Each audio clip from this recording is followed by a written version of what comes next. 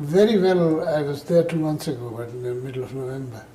And Iran was very surprisingly, although it's a mullah country, and it's surprisingly the reception which I received was very, very tremendous.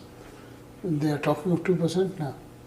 They haven't yet done it, but they are talking of 2%. And the talk means that they are very serious about it. Although it's not well known, I may make an interjection here, it's not well known, that out of the 24-member cabinet, 23 are non-mullahs. 23 are non-mullahs.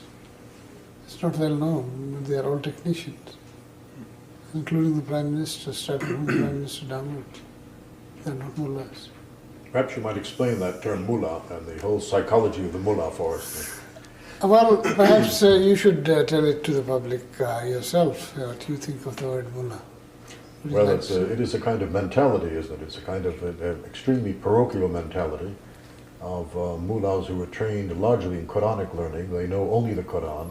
Yes. They know very little else. And almost all Muslim countries have struggled with the problem of how to elevate the horizon, so to speak, of the mullah. That's right. To get them to understand the world at large and to get them to understand something in addition to the literal interpretation of the Holy Quran, which is what they use.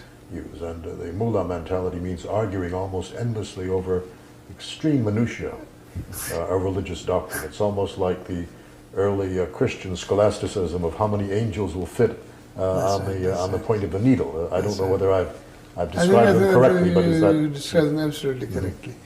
But the mullahs in Iran, for example, now, having tasted of power and having lived through a power struggle and so forth, are now very different people.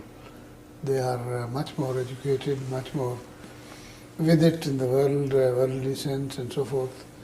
And for example, they're giving up power in this way, which is not very well publicized, is itself a very, very important point.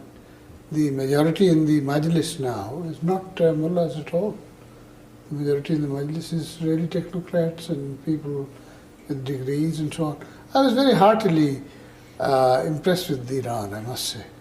Very heartily impressed with Iran. It's a very fine place, and I think it has a great future. It had a great future, as you very well know, in Islamic days. Out of 350 years where Islamic learning was the supreme #1 in the world, between the years of 700 and 1050 AD, 250 can be attributed to Iranian influence.